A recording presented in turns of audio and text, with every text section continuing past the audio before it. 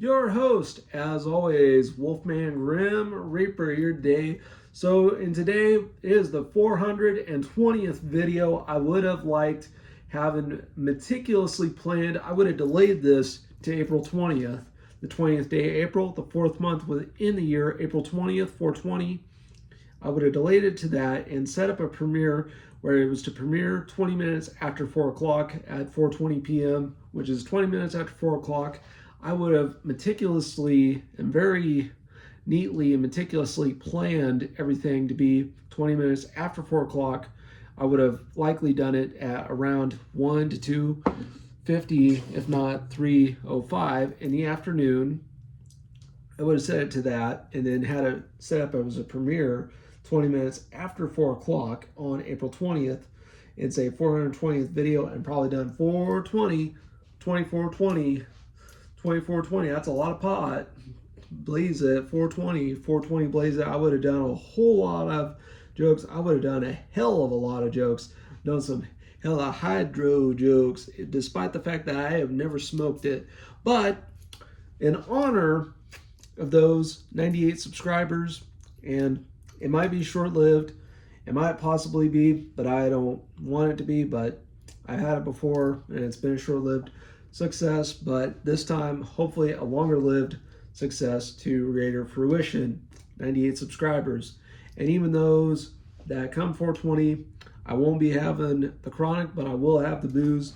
And to some folks that are having a booze or a brew, having a beer, having a brew, in honor of my 98 subscribers, in honor of 98 subscribers, and honor of the Great Friday to 98 subscribers.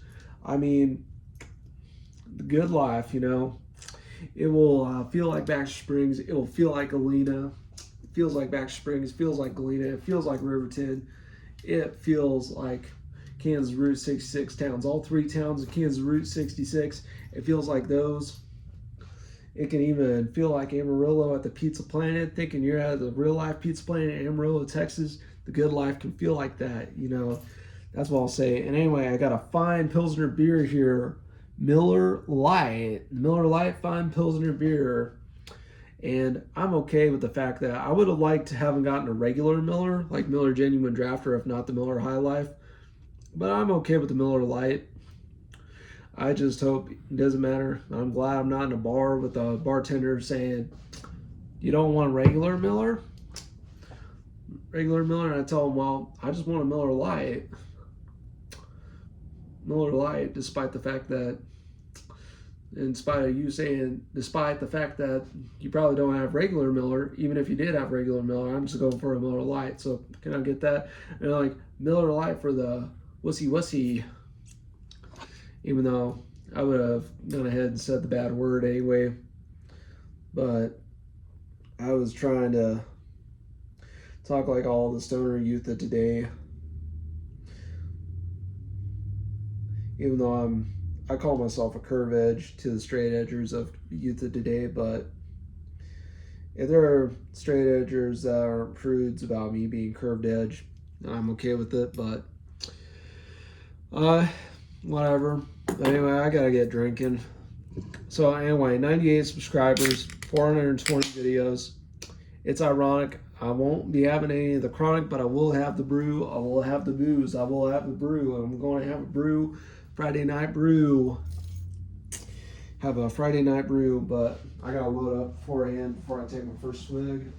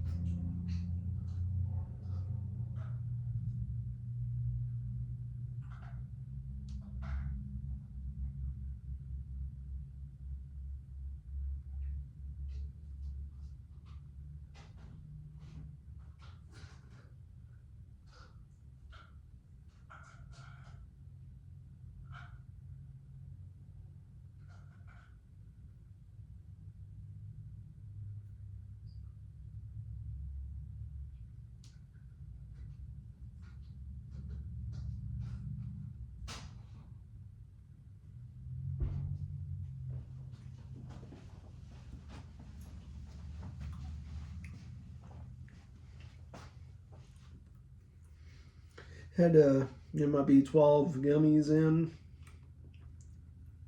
Should have eaten those for my dessert. To the Impossible Nuggets that I prepared in an air fryer. Cooked them at 350 degrees. I don't know why they're called chicken nuggets when they're not even chicken, but I like the Impossible Nuggets as I do the Morningstar. I love that stuff. I don't know why it's called what it isn't. I guess it's just called that for marketing. I don't know. I'm just glad it isn't ever so aggressively marketed and hyper commercialized like some beer brands are. Even though I will drink a very aggressively marketed and hyper commercialized beer like a Miller Lite, like I am right now. And then again, I'm going to be one never mince words. Go ahead, call me a wussy wussy. Call me the pussy wuss wuss.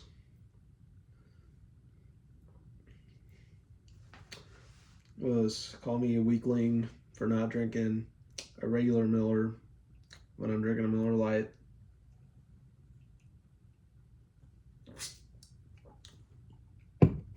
But the thing is, I am the embodiment of the Lycos Senor, the Lycos Vato, the Lycan Committee, the chair of the Lycan Committee, the Chairman Wolf, the Wolfman King, the Wolfman Prince, the Wolfman.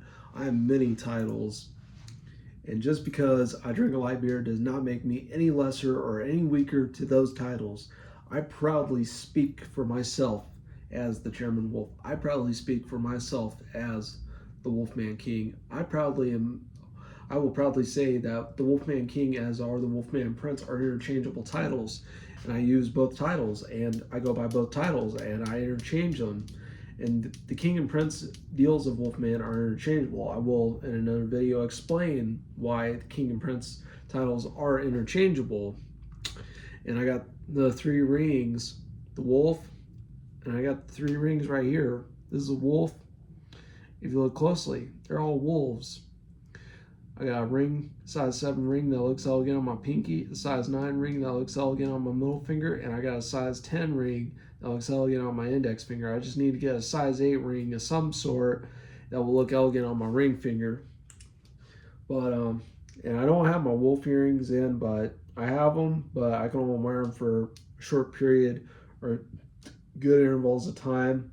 At times, I keep this bag in my pocket.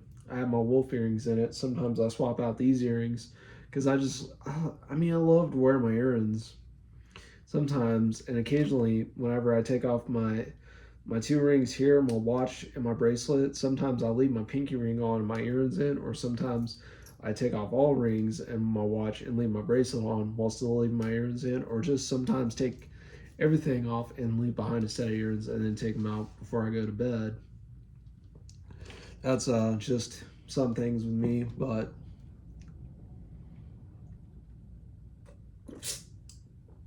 anyway, I got the 3 rings, the wolf bracelet, the wolf watch. I got the bracelet, the watch, and the 3 rings.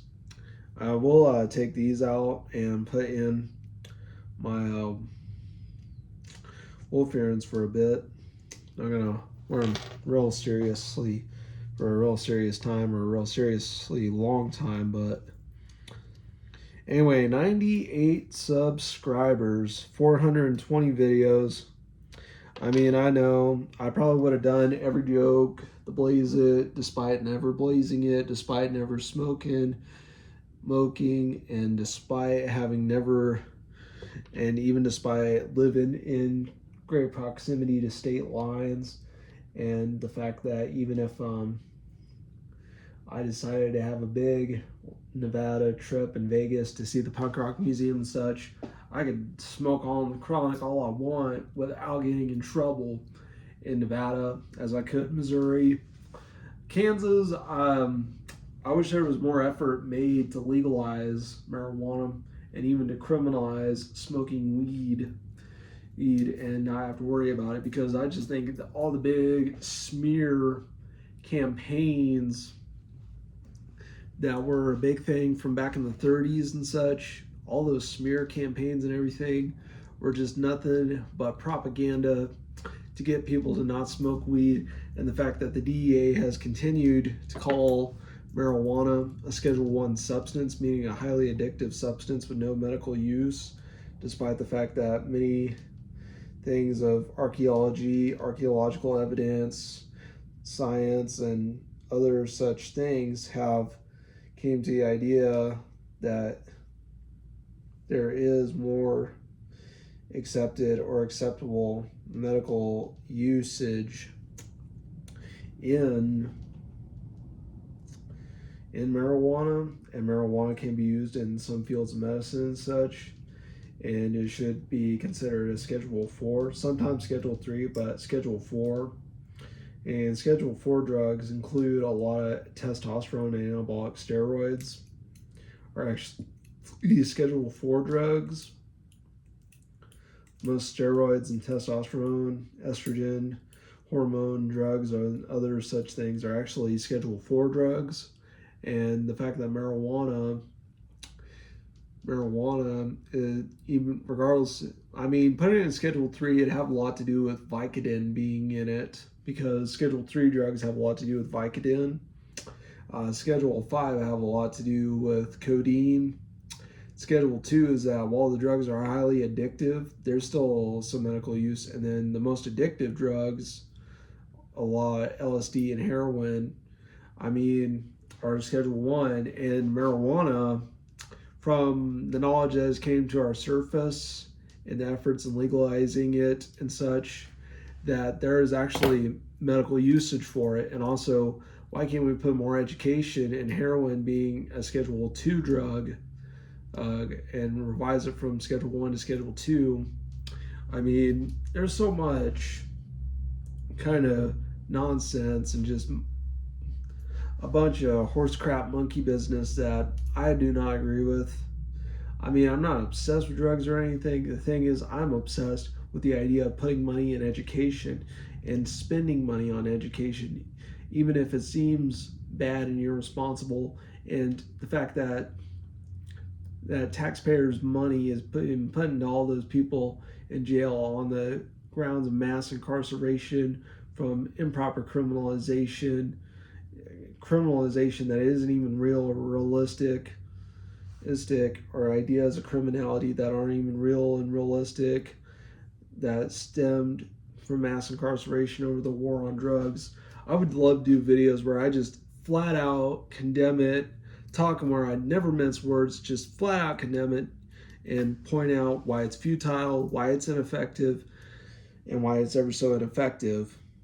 Especially, but I mean, the marijuana thing, I mean, some things I wanted to do testimonies on fentanyl and why I don't think it's a Schedule 2 drug, but marijuana I still want to.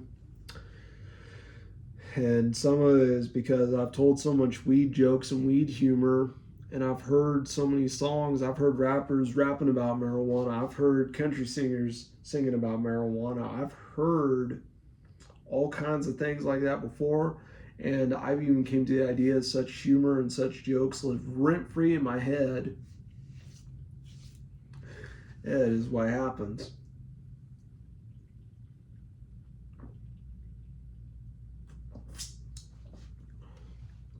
So that's the whole thing, and it is kind of funny to think, I had, despite never smoking marijuana, I've made jokes about smoking marijuana, and I've even wanted to make comedy routines. I've envisioned, imagined telling all kinds of comedy routines of smoking marijuana, despite never smoking marijuana. And a great subjective interpretation is if marijuana is legalized by someone who is in office, and for as long as they're in office, the act of smoking marijuana is decriminalized. What if a successor comes in and decides to reinstate hardline policy and criminalization and want people to go to jail over it again? And are you liberated, or were you enslaved? Or you may have, or when really I like to think, and I say, well, a short-lived liberation short-lived liberation if someone who is not as open-minded or is liberally conscienced or open-minded to marijuana being legal, or the smoking of marijuana not being criminal, because it's not criminal. I don't think there's anything bad or criminal about marijuana and anything to do with marijuana, the pipes and such. It should all be protected under our First Amendment, even if someone who is not as liberal to marijuana legalization and such. I mean, just get rid of all those smear campaigns. Already the smears and the smear campaigns that came about from the 30s. And when I look back on them and think, why act in such errors of ignorance of what was not known and what was not understood, all because of unfounded fears of an unknown. And that's what a lot of it was. Many moral panics throughout history. I mean, there was prohibition on alcohol, and I'd probably have to, if there was still prohibition on alcohol, I would have had to potentially buy fentanyl-laced alcohol from black market and possibly die on broadcasting and I would be subject to criminal penalties if it was. But I mean, there was so much criminality and crime in the black market of prohibition on alcohol, and some of those things with the whole prohibition on marijuana, even though there's parts of it being legal, parts of it being illegal, but there's still some unfounded fears of the unknown, even to legalizing harder and harsher drugs. Harsher penalties for those pushing fentanyl isn't going to solve the problem. I feel like occasionally, the most controversial of controversial discussions, because discussions are controversial, there's an agreement between one person to another person, to as much as mass disagreements with massive groups of people, and any kind of disagreement between another, or just mass disagreement on a whole nother level. That's what controversy is, and disagreements and discussions are in fact controversial, even in the potential of inciting controversy without a serious credit, as in a merit for the whole disagreements or reasons to be in disagreement or have disagreements or act on to and into disagreements. I mean, that's what the whole controversial things are, and there is many great ones. And prohibition in the 20s was in fact just a bunch of interdiction of prohibition itself, and just criminalizing something and just creating some of the worst criminality, crime. And luckily, even though there is still, and when people question the idea of gray markets, there in fact is gray markets. There's black markets, there's white markets, there's gray markets. And a black market is oftentimes illegal goods, oftentimes like a lot of illegal fireworks. Even though fireworks are legal, there's illegal fireworks, there's illicit cigarettes, there's counterfeit tobacco, counterfeit alcohol, counterfeit pills of most, and there's even different types of fake counterfeit deals of most legalized or medicalized drugs that oftentimes get sold to unknown and unsuspected persons, and they're oftentimes made to not be oftentimes sold through channels without authorization or approval, and there's no inspection like FDA inspection or such. I mean, this beer that I'm drinking right now was subject to FDA inspection, and I bought it from the dollar store, and I have my ID with me. I bought it from the dollar store, and it was on a white market with great channels. I mean, not great channels, but all properly legal and authorized channels, even in the face of hyper commercialization, aggressive marketing, and everything. Beer is beer to me. And if I call it punk rock, I call it punk rock thing, even though there's punk rock movements that don't drink beer, like straight edge and such. But I stand for what I believe in. But try to look at every view and look at all sides. Even if any kind of debate, sometimes I've wanted to do some debates about those that sometimes I feel like those who that call themselves raw life, raw whatever, any of those, I'll even go ahead and say the A word, I'll say every word. Those asshats who are just so pompous jerks that say harm reduction for drugs is harm reduction and think abstinence only treatment, mass incarceration, internment camps, and everything. Everybody like that, I feel like they are part of the 12% and the 12% statistics and the 12% that blindly said the moral panic of the war on drugs was a success. Well, there are many great counter arguments I have to make that how can you cite a failed policy that had by stated aims of keeping people off of drugs and safe from drugs with prohibition policy like we used in the 20s on alcohol, and we've carried it from 1971 to now, and we've continuously enforced prohibition on everything harder than alcohol, harder than cigarettes, harder than tobacco, harder than vaping. Well, what if we also came to the idea regulation and potential knowledge that there's a gray market to be had through the whole eliminating the black market, even if, and making a white market, even if gray markets occur. And the gray market, so here's the way the three markets work: the gray market, the black market, the white market. So the black market, anything that sometimes there might actually be fake, counterfeit items, forged items made to deceive the public, counterfeit goods, counterfeit money, laundered money, ghost guns, warheads, illegal fireworks, even if fireworks are legal, but some of them are made underground and such. I mean, fireworks smuggling, tobacco smuggling, everything like that. Well, that's the black market. And anything fake, counterfeit, and done through bypassing taxes, tax returns, inspection, regulation-related inspection-related regulation, everything done to bypass and get around it and not be in lieu or in standings of it without any kind of authorization or approval saying it's good or okay. Well, that's a black market. Then the gray market, well, the goods are legal and they're fine and dandy to sell. I mean, there's probably some types of, gray market goods. I mean, there's probably, and sometimes you may not think it, you may not know it.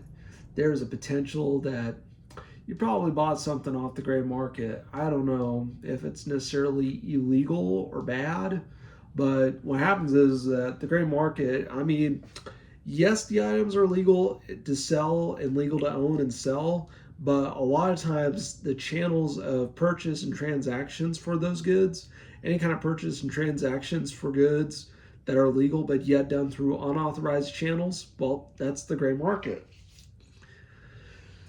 Unauthorized channels constitute the gray market, and the white market is fully regulated and authorized channels.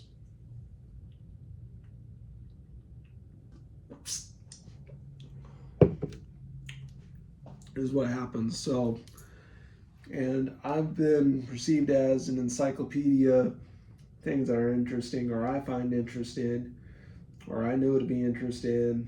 I've shared a lot of music knowledge, guitar knowledge. I've even, to various true crime and serial killers, I have boasted many of knowledge, and sometimes even the humor that many serial killers like Jeffrey Dahmer and John Wayne Gacy, I've been acknowledging of humor that they're subject to, like John Wayne Gacy as a clown, and the whole Jeffrey Dahmer eat your heart out, and the whole because of eating hearts, eating livers, putting skulls in his freezer. I mean, that's Jeffrey Dahmer humor, and then the whole clown, killer clown, wicked clown, trying to dispose of his killing evidence in a crawl space. amassing evidence in cubby holes and crawl spaces. A lot of jokes and humor like that. That's John Wayne Gacy. The various deals of that, I've noticed it, I've known it, I've acknowledged it. I don't know whether to find it funny or not. I try to find it funny for the fact that, I find the subject of serial killers interesting because I always try to maybe see and know where these guys and gals come from and maybe understand. That's why we did it. And it's kind of intriguing me to think how we as humans can do that to other humans and how such things occur and happen like they do. That's the thing.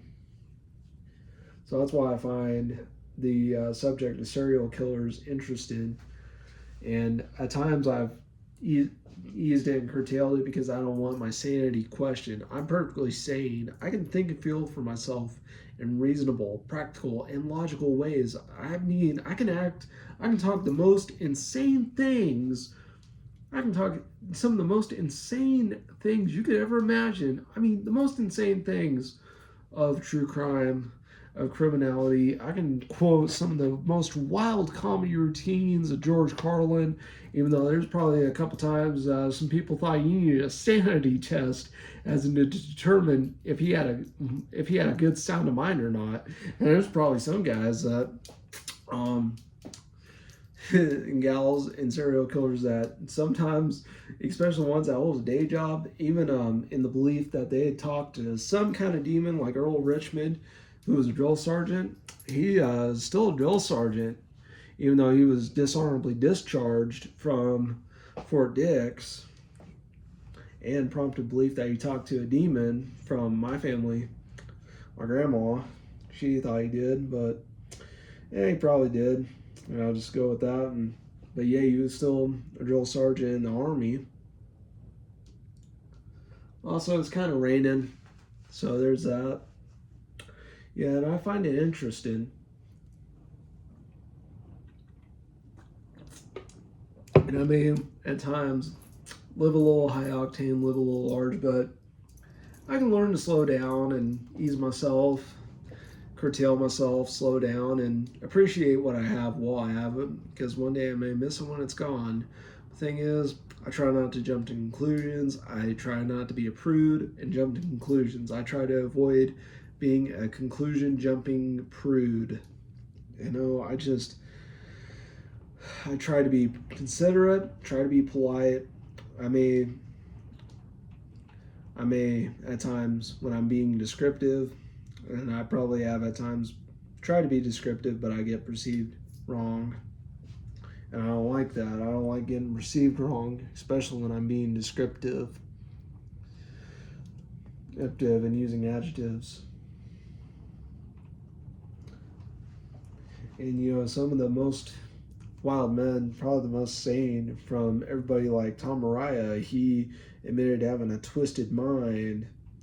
Jim Rose has quoted and boasted all kinds of circus insanity because he's a circus ringmaster in the Jim Rose circus, yet he's still tame. He still tames himself. He's still tame. He's his own beast that he tames his own beast, the fact that he's had a contemporary circus without animals before was really cool.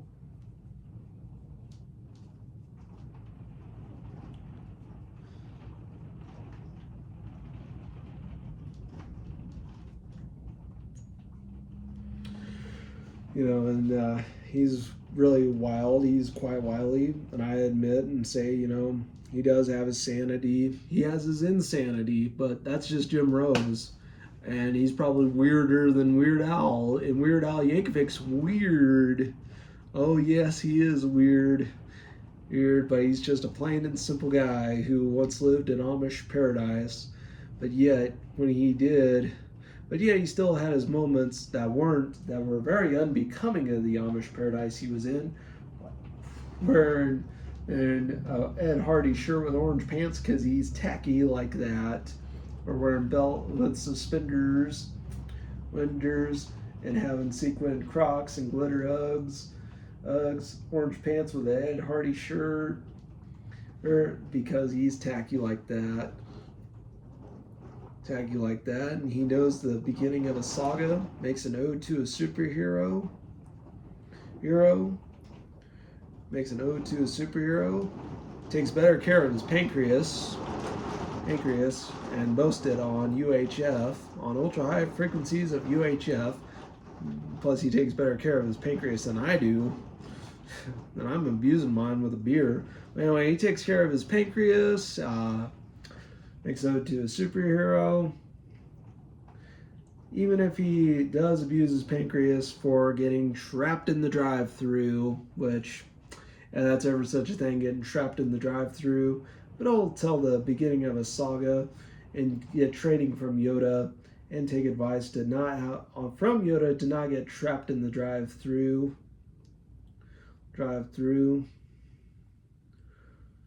Trapped in the drive-thru, in which he has before.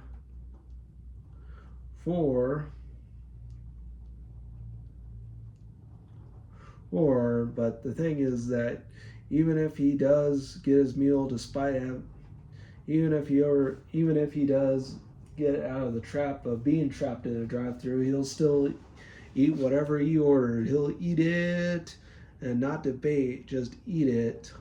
Even if he gets fat and has to take up 7 rows in a movie theater and take word for it because he was fat.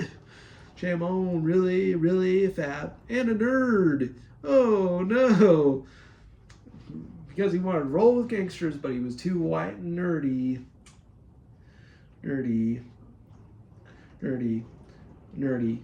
He'll let me drink a beer as he drinks an Earl Grey tea because he's white and nerdy like that.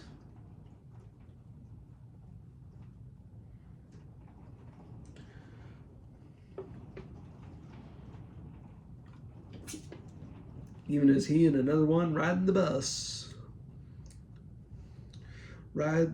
as he quotes the tales of his Bologna and cooks a lasagna. That is lasagna. That is the bomb of lasagna. Anya, and prepares it with foil. I mean, he's really, like a real life cartoon character, and you can always see him on UHF. And even when he's taking a dare and making a dare and a dare to be stupid, he says.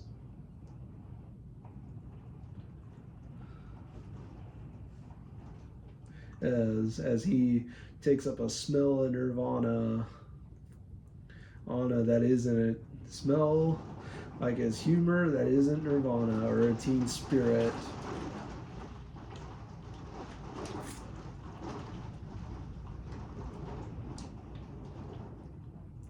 I mean, he's really a real life cartoon character. He's quirky. I mean,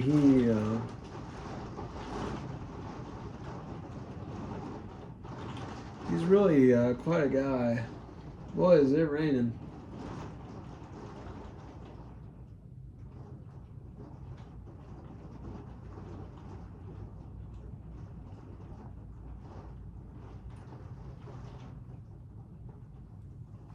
It's hitting my window.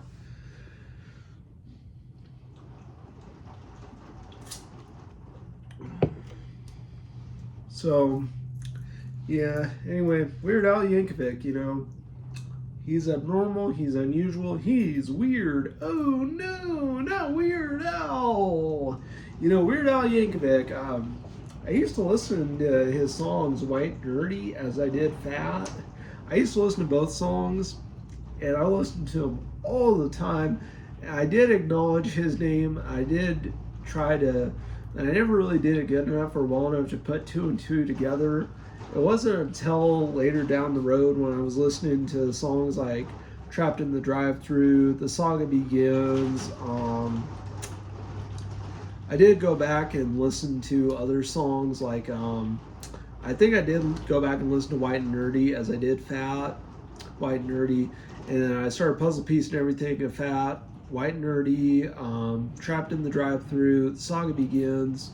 I puzzle pieced all 4 songs together as I did from back when I used to see his 1989 movie UHF, and the fact that he did a song called UHF, and it was a very big piece of the song of the movie and the album that he did for that movie.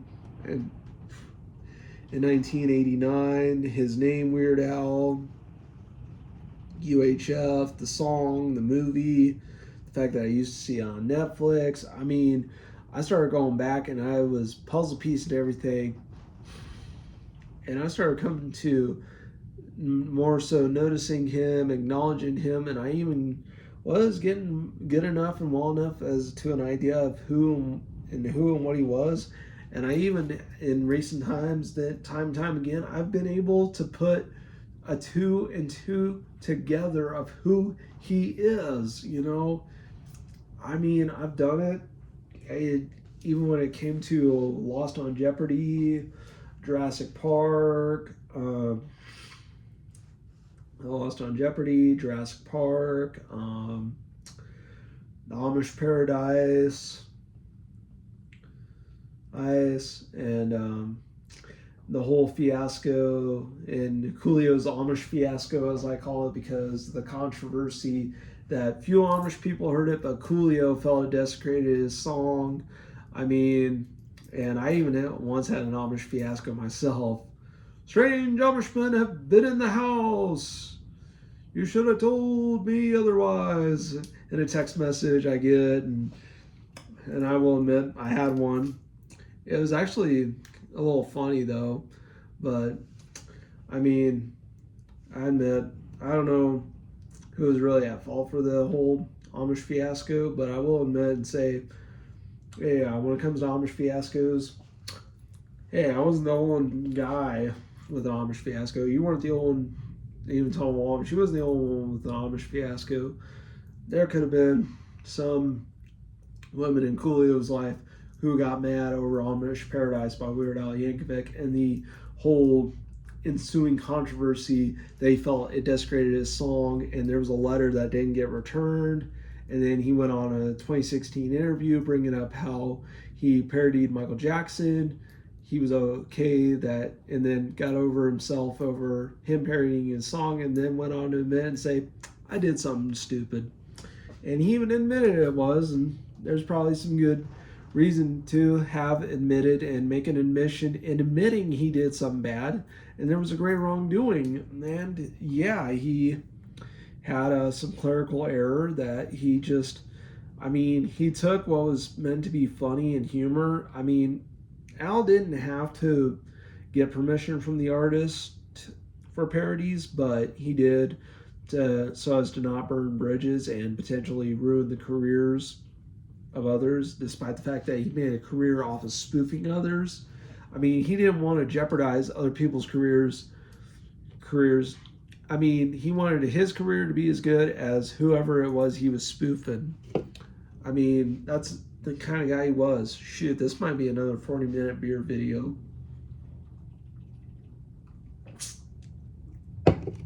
I mean, I will let it go on, but, you know, he didn't want to have a good career.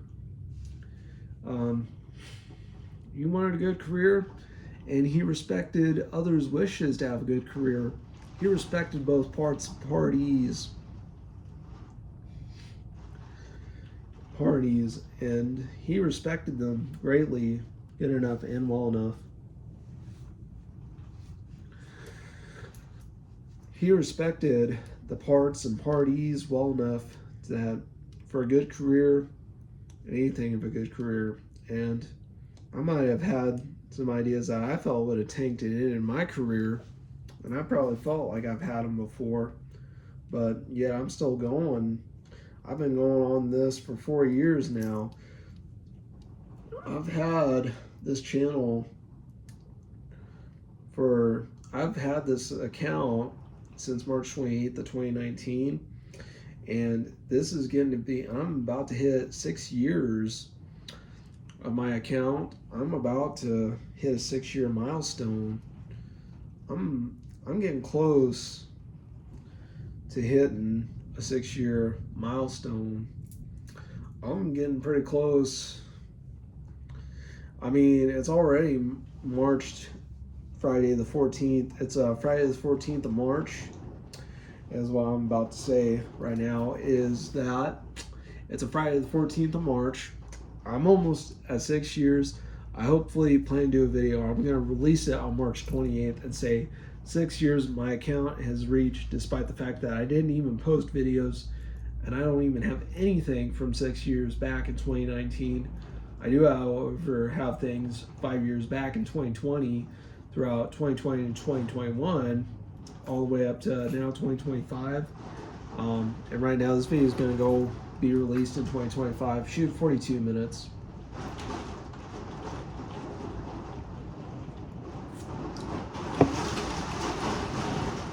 Oh boy. The wind is blowing. It's raining. I don't know.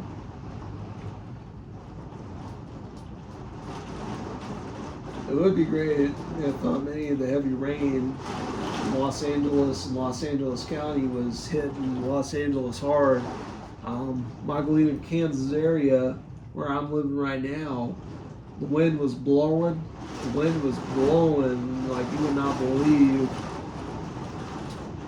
A lot of watery wind is blowing. Raindrops are falling. The rain's falling hard. It's getting pretty heavy. But I mean, I can deal with a lot of rain and all that, but I'd probably go out with an umbrella and sing in the rain. But I prefer staying inside in the rain, but I will admit and say it that I was just playing with my comb. I will admit and say, you know, I can have fun singing in the rain and such. Shoot. I'm going to try to keep this within 45 minutes.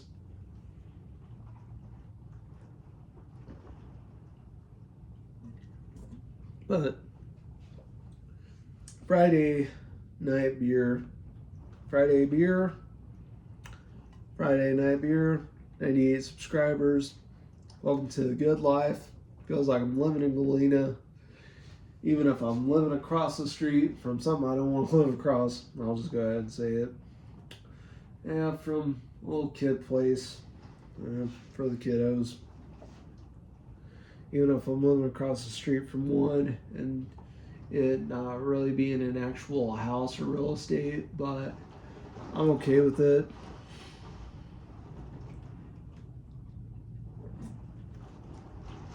And the fact that I'm going to be having a housewarming party in April. But, you know, I'm going to live my best life. I'm going to be appreciative of what I have while I have it, because one day I'm going to miss it while I'm gone, or when it's gone. You know, it's just, and plus, even if I had to get on a soapbox from the root beer chug, I mean, even if I had to get on a soapbox from the root beer chug, I'm going to live my best life. I'm going to keep my head up, my chin held high, or my chin up, my head held high, and not look back on what I do. Live my best life. Wolfman out.